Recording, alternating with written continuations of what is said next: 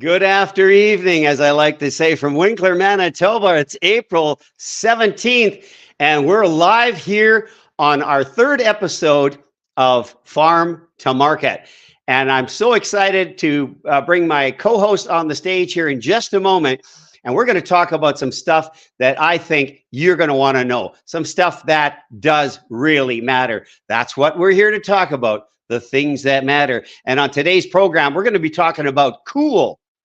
Not Cool in the Gang, but Cool, a program in the United States that has real effects on our market here in Canada. And then we're going to talk GMO. You betcha. Harry's got some opinions on that. So let's get this started right now.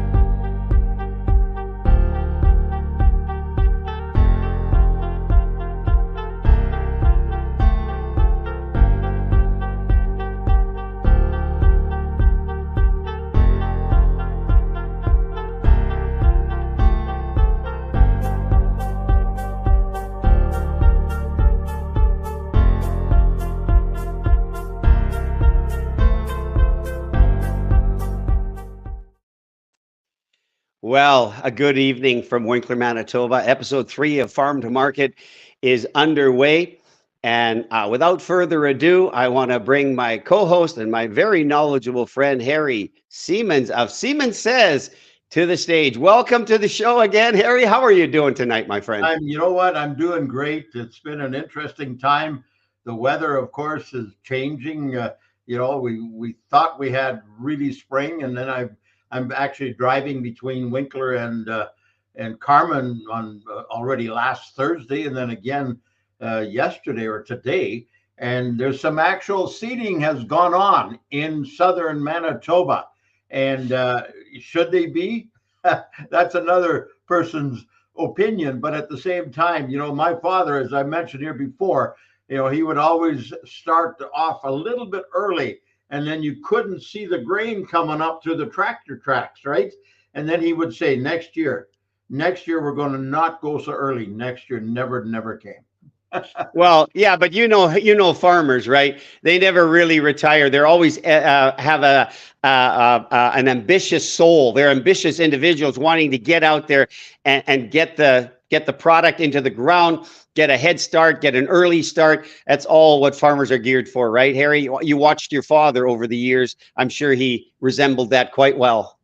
Totally, and the four seasons of agriculture and the four seasons of farm journalism, as I've been part of for 53 years, basically, you had the spring seeding, and then you had waiting for the crop to go. And for me, it was exhibition fair time.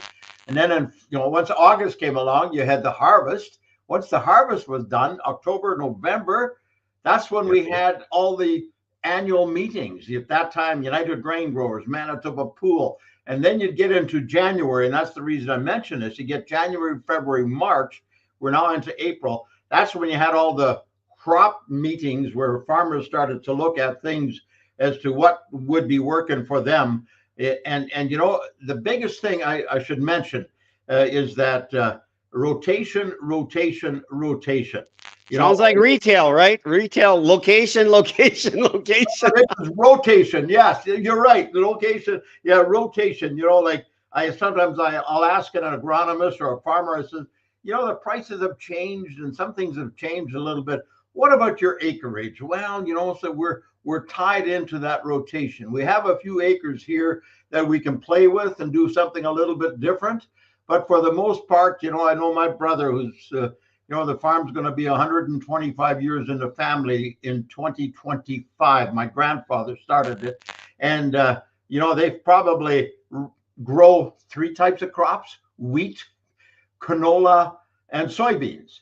And so what do they do with rotation? A little bit less, a little bit more. But for the most part, the key thing is you want to have at least two crops in between growing the same crop again a couple of years down the road. That's why rotation is so very, very important.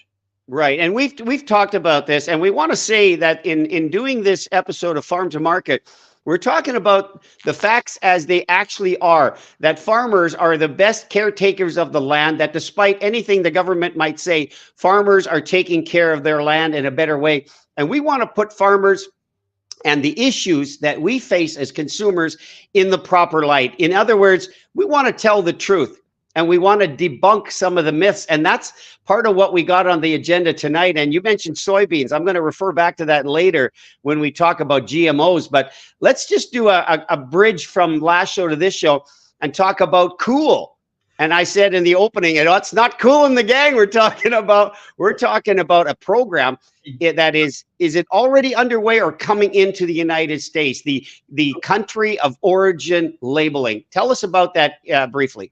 Well, we had a big issue of that back in 2012, 2013. Then they called it the mandatory cool, M-COOL.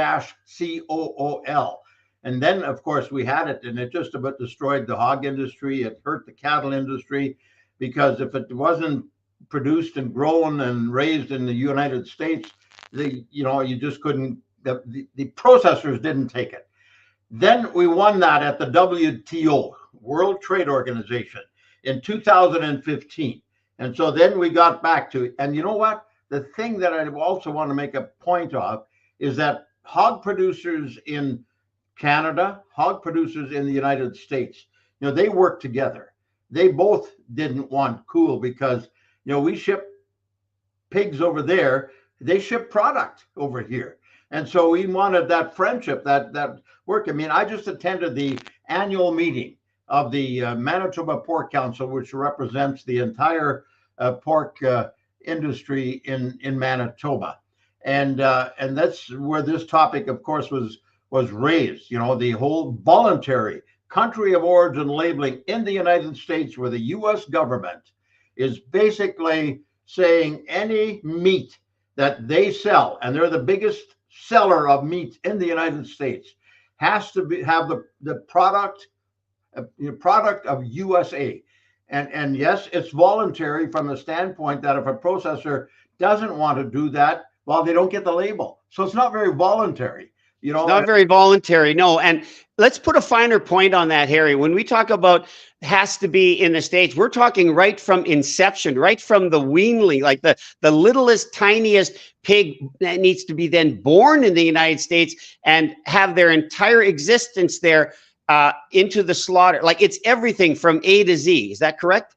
Absolutely. And we ship right here from Manitoba, we ship 3 million weanlings into the United States, into the Midwestern United States, Iowa, and so forth. And so those hog producers, they love our genetics because they've been raised in an area where it's a bit colder than it's over there, right?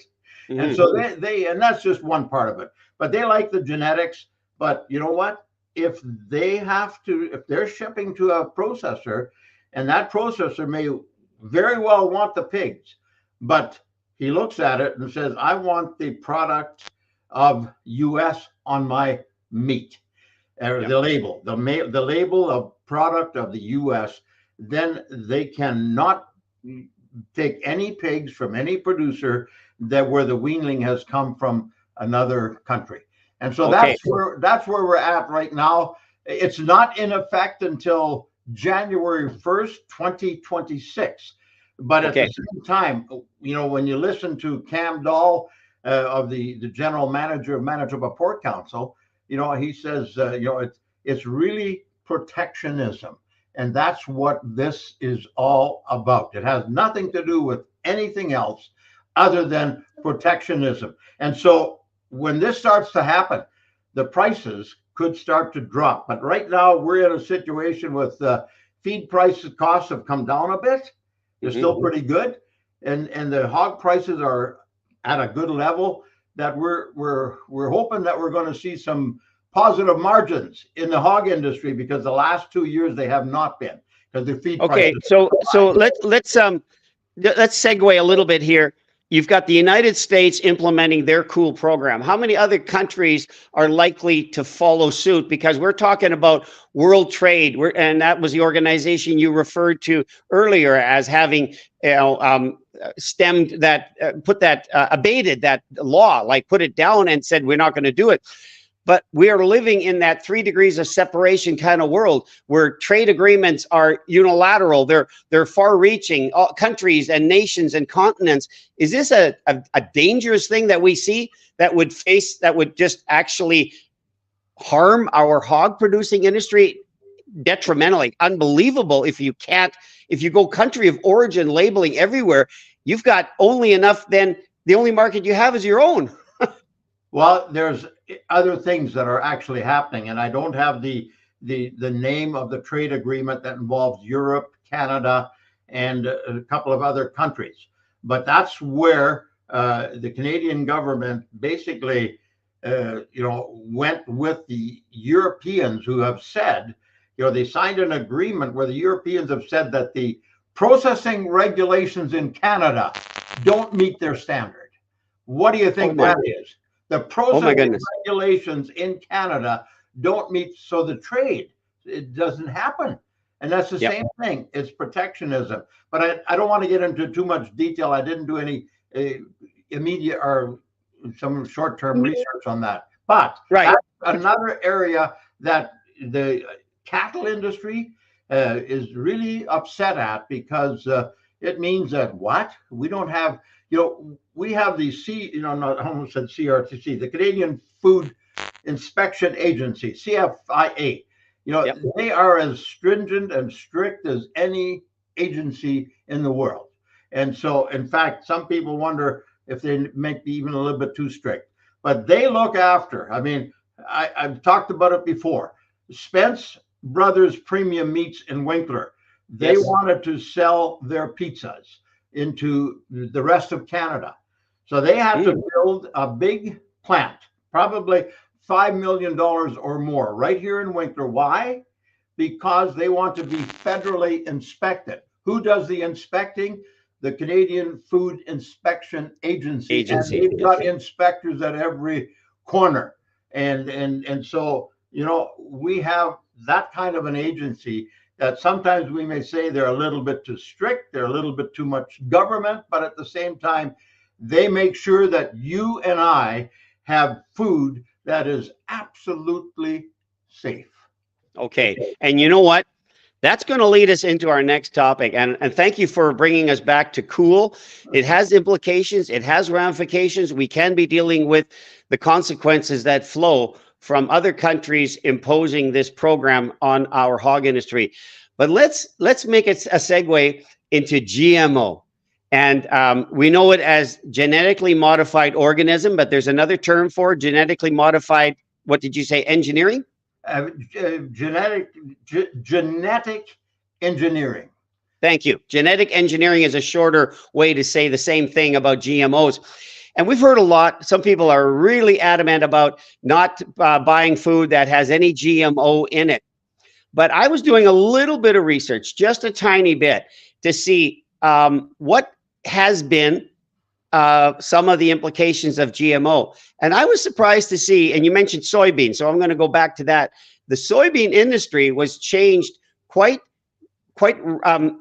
significantly and made better by the reduction of trans fats going down in the soybean. Speak to that for just a moment as an example of GMO, because you're going to say some stuff today that I think is going to fly in the face of people and what they believe about GMO. So let's get into that. Well, it's not just soybeans, it's also canola. We used to have rapeseed. And then a fellow by the name of Dr. Balder Stephenson at the University of Manitoba, he ripped it apart and he started from scratch. And now we've got canola, where they've taken out, the bad stuff, so to speak. And so that's another story for another day. But my good friend, Dr. Rob Wager, he's from the Vancouver Island, and he was working as a professor at one of the universities on the southern side. And he wrote this just a little while ago, and I've interviewed him a few times. He says, the genetic modification or genetic engineering, GE, of plants and animals by selection and breeding has been practiced by humans for more than 10,000 years. You know what it's called? Agriculture. During the last half century, newer molecular GE techniques have been used to modify plants, Mhm. animals, bacteria, and other organisms. Scientists can move desired genes virtually at will from one organism into another, or alter genes with great precision, but without introducing material from other organisms. And so that's just the first paragraph of an article he sent to me a little while ago about genetic engineering. All right. For those of our listeners that are just joining us live right now, I'm speaking with Harry Siemens of Siemens Says. Harry's a 53-year veteran reporter in the ag industry and having cut his teeth in the ag industry as a farmer's kid. So he's speaking today about, we've talked about the COOL program, the country of origin labeling, and we're talking about GMOs right now. So tell us, in your opinion, as you've seen the emergence of GMO and how it's affected it, in a nutshell, if you were to put it in a word, good or bad? Absolutely good, for the simple reason, and that's why I put a lot of emphasis on the Canadian Food Inspection Agency, because they're the ones that are looking after it. And on May the 3rd, 2023, the CFIA released its updated guidance on plant breeding innovation, concluding a consultation process which was launched in 2021. The guidance covers the environmental safety of plants developed using gene editing and is grounded in the exact science that informed Health Canada's food safety guidelines last year. These pieces help pave the way for Canadian farmers to have faster access to improved plant varieties. You know something? We used to have to spray like crazy for the corn borer. The corn borer, right? I mean, Yes. deer would be found dead in cornfields because of that particular spray. How did they change that? They put in, as I just mentioned, some kind of a gene that makes that plant, when that corn borer or whatever hits that plant, it's gone.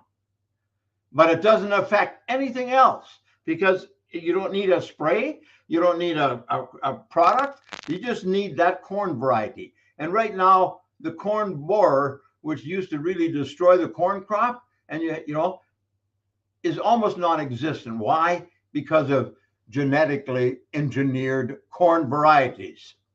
Okay, so when we talk about what's a threat to us as consumers, we really need to focus that in the processed area, in the area that processes the food. But the actual food itself, the ingredients that go into that are not at risk. That's what you're saying. GMO is not a threat to the actual growing and harvesting of that product. Where the dangers come in, where the risks are, is in how we're processing it. Is that fair to say? Absolutely, because we have the regulation. Let me tell you, in 2004, I was invited to participate in a biotechnology tour, and it was by the U.S. Grains Council, 29 journalists from around the world. And we were taken to St. Louis, and at that time, Monsanto's lab. I saw that. I can still see that gene, right? And then from there, we went to San Francisco, where we took in a conference. The reason I mention it, I was sitting there on 12th floor having a Diet Coke with a journalist from Tel Aviv. And we'd become friends. And he says, Harry, and do you believe this crap? And as far as biotechnology is concerned, I says, you know what? I forget his name. Whatever his name was, it says here, listen, you got on a plane in Tel Aviv and you flew to Los Angeles. How come? I mean, weren't you scared that plane was going to crash? Weren't you scared that pilot wasn't trained? Weren't you scared that things would just absolutely go crazy? He says, well, no. Well, I says, that's exactly what I believe as far as biotechnology and genetic engineering is all about, for the simple reason we've got organizations that are looking after it. Perfect? No, but far better than any country in the world, as far as I'm concerned. He says, Harry, I rest my case. Exactly. So Again, I've known people who have been actively protesting against GMO, but there's always a side that doesn't get told. And what we're trying to do here on this farm to market segment, which we are going to be regularly on here, is debunk some of the myth and give a little more insight and a little more information so that a person doesn't operate from what they were told from a one-sided argument, rather balance that off. And clearly, again, a little bit that I did said, this is amazing. There have been improvements to the actual commodity itself. Talking about commodities, GMOs are not the threat. You're absolutely right. Going back to Dr. Wager from Vancouver Island, his mission is to help explain the science of genetically engineered crops and derived foods. And here's what he said. Emphasizing agriculture and food production, but people genuinely fear this technology. Why? Because of so much information that drives the fear. And he's told me, he said, this fear has blocked the adoption of GE technology in many parts of the world. The future of food production is in sustainable intensification, is how he put it. He said, the world will need the best of every type of agriculture, including GE, if we're going to feed 10 billion people sustainably. And all right, that's really the point. Okay, let's talk about, we were talking off camera prior to the show today about the state of affairs in food supply in Africa. And I think that was the continent that you referred to. Speak to us about how GMO has positively impacted that market in the ability and the sustainability to feed a continent of that size. Another good friend, Dr. Stuart Smythe. He's a professor at the University of Saskatoon. He's there right now. He's going to send me a note once he comes back, and we're going to know more about it. But I've talked to him about it because he's been there before, and hear exactly what he's doing to help countries over there. And here we have corporations, and I'm not here to bash corporations in any way, shape, or form. But at the same time, in Africa, first of all, in 2004, that same biotechnology, I was on there with a journalist from South Africa. From his name was Hans, and he was already at that time, I think, 20 years older than I was, but he was still going strong.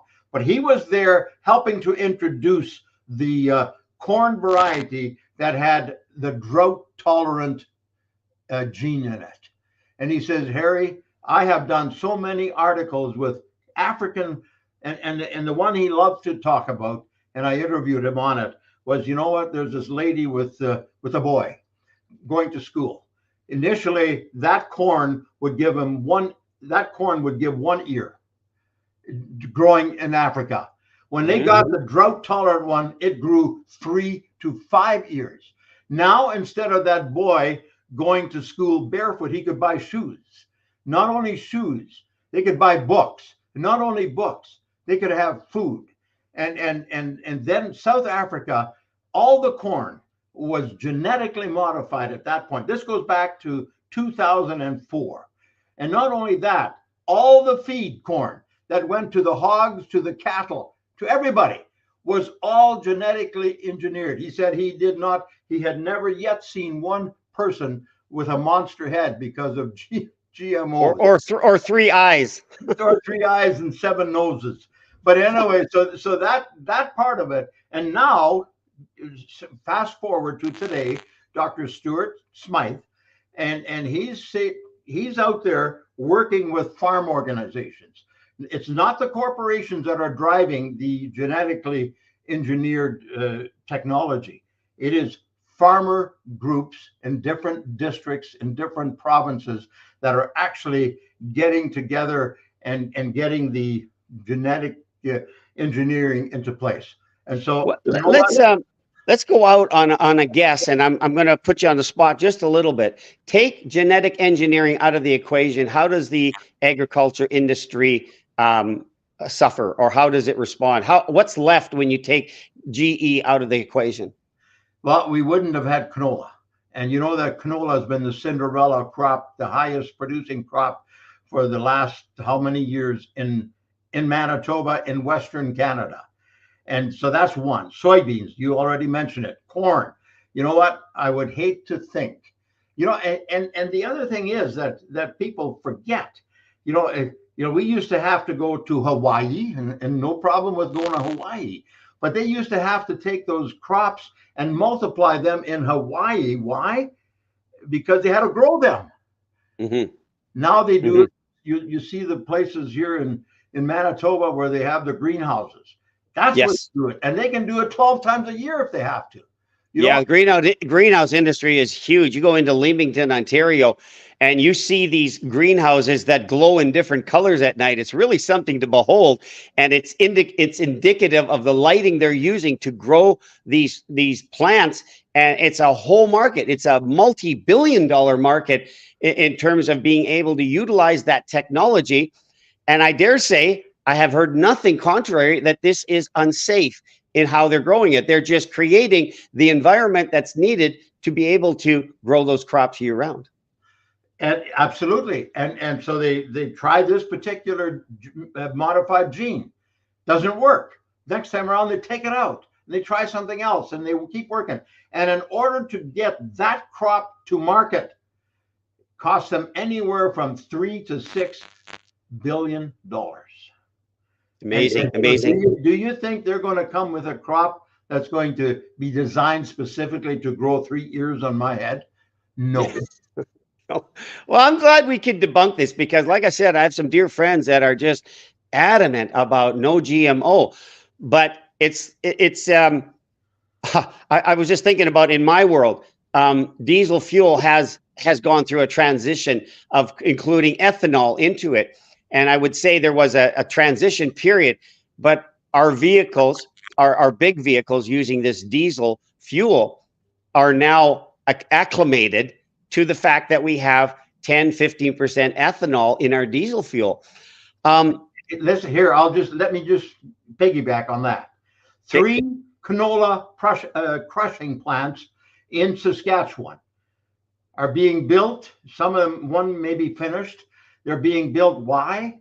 Because the United States aviation industry did the tests that they can use the canola fuel, the biofuel from canola, and they can now fly airplanes. And so, absolutely true. I can tell you, Harry, I've covered a lot of ground as a truck driver, and I made at least one delivery as I was hauling commodities years ago, and it was to an aviation fuel plant, and it was canola that was on board, and it came from Canada. You're absolutely spot on when you say that. Let's put it in local terms here about GMOs and GE, the technology. Talk about the potato industry. We live in a very potato-rich part of the world. I mean, we're kind of like Tabor, maybe the same, maybe kissing cousins, I don't know. But take a look at the evolution of the potato itself, how many different varieties there are. How could that have come about? I worked in a potato storage at Plum Coulee when I was a kid, 16, 17 years old. I made $100 a week at 90 cents an hour. But the reason I mentioned it, I drove. You weren't overpaid, I hope, were you, at 90 cents an hour? Yeah, but I made $100 a week. That's what counts. Yeah, but at the same time, I was able to see the potato industry, and I've watched it over the years grow up. And you're absolutely right. Like, I can't speak to all the different things that have happened as far as the varieties are concerned. But we got big plants in Brandon and Portage la Prairie. You see them every time you go down number 1, right? And picked up there many times at Simplot and at McCain. Absolutely. And they got way bigger plants in Alberta in Tabor. Yeah, totally. And Carberry. So yes, the industry has evolved. Why?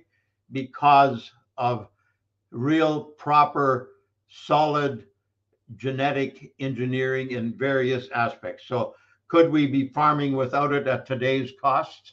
No, we couldn't. They want to cut back on fertilizer emissions. And even if they have, we talked about it last week, or maybe if you cut back emissions by 30%, we don't know how much that means to cutting back in fertilizer. The smaller in between farmer he needs to have that extra production in order to make a profit. So Well, yeah, and you know what? We've pinned the tail on the donkey already in last episode, and I think even our first one when we said this really is being driven by a climate agenda. This really is being driven by environmentalists who don't see what they would be doing if we gave them what we wanted. We couldn't live with what they would do. It just wouldn't work. no, you're absolutely right, because they're not. It's people in ivory towers, so to speak, that are making decisions and trying to tell farmers how to farm. And I don't know how much time you've got left, but I had some pieces that I've done that in farming in Western Canada has come a long way, and we can deal more with that in the next issue. But adopting conservation tillage practices, incorporating cover crops, precision agriculture and soil mapping, integrated pest management. You have no idea what that means.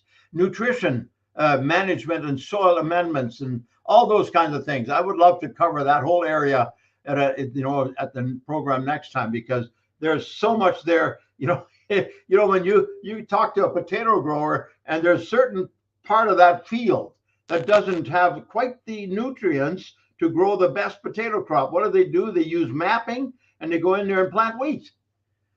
Amazing. You know, Yeah, the evolution of the industry, as you've seen it over your course of many years, is nothing less than spectacular. But here's the question: as we've said at the beginning, we want to inform our listeners about what's going on. We want to, in some way, maybe explain to them, does this and how does this and how does this affect the price in the market? But I think what we're doing and going on your statements is that the ag industry is in many ways better off today than it was. But what about those high prices, Harry? The high prices of crops. Of the high price of the product to the consumer as they go to the store and end up purchasing the end product, because all of this eventually works its way into a product that the consumer has to purchase. And the prices are crazy. You're absolutely right. And you know what? As I've told you before, and I keep saying that the farmer is a price taker. He's not a price maker. So he has to basically go with the flow. But at the same time, a farmer wants to have the best equipment. So a tractor costs $1.5 million, a combine costs $1.5 million, and before you know, the air seeder is $1 million. So before you know it, you got $5-6 million of equipment sitting there, just plowing down the field, and so that all costs money as well. And so but at the same time, as I'd love to get our food professor, Dr. Sylvain Charlebois. I'd like to get him on with you on some show where he can. Let's do that. Yeah, let's. I'll work on that one. Yeah, let's work to that. So we're at the bottom of the hour here, and I want to give you a moment just to wrap it up. As Siemens says, give us a 2-minute wrap on what we're talking about here, according to what you know. Well, as I've said up to this point, I've watched agriculture. I walked into this annual meeting with 200 or so hog producers on Thursday. I was probably the oldest guy there, and the longest. I've probably attended more meetings than any individual. And I think you knew more than a lot of them there too. Well, I have to be a little careful, because a lot of. Yeah, I know. We're going to have a healthy statement on that. Is that I absolutely appreciate talking about agriculture. I like to make sure, as an advocate, that yes, there are things that happen in agriculture that shouldn't have happened and shouldn't happen. But at the same time, 90% of the time, agriculture is a basic industry, a renewable resource. We have to make absolutely sure that we convince those people in the cities that their food does not come from the corner store or from the supermarket. We have bona fide farmers across the world that are raising agriculture, and they're doing it to the best of their ability. They're looking after the soil, they're looking after the environment, they look after the animals, and most importantly, they look after themselves, their families, and the communities that they represent. That Siemens says. Somewhere, sometime, somehow, I will see you again. Thank you so much, Harry. And I just want to conclude one comment. Your research comes right at the root, at the ground level, at the grassroots level. You have what, 8,500 followers on Twitter. Most of them are producers that you communicate with regularly, correct? Yes, not only producers, but at the same time, people like I've just mentioned, Dr. Stuart Smythe and Dr. Robert Wager and all those different people. You bet. It's so interesting. And the nice thing about it, Carl, is that when I send them a text message and I say, "Can I talk to you?" For the most part, they give me the time of day, and then I can talk to them. And that's where the research Wonderful. really Good, good. happens. Well, you know what? Thank you so much again. And I'm going to just put you in the backstage area and we'll chat off camera. But that's another episode of Farm to Market with Harry Siemens and Siemens Says. And we will see you again soon, Harry. Thanks again for being on the show. My pleasure. All right, we're going to wrap it up here quickly. I just want to let you know that Wednesdays is our regular Farm to Market with Harry Siemens, and we intend to be as honest and forthright with you as we can. We do want to give you it from a truthful basis. Just what's in our programming coming up tomorrow is our Doc Talk, 30 minutes of Doc Talk on all natural health products with my good friend and very knowledgeable colleague, Judy Friesen, 38 years in the health industry and a very qualified person to speak about that. And we're adding new segments here. Friday is going to be our first episode of TGIF, and the F stands for faith. Thank you again for being here. I ask you to share this out to people, and we will see you again on another episode of Things That Matter. And hopefully you have found that what we've talked about today have been indeed things that matter. God bless you wherever you are.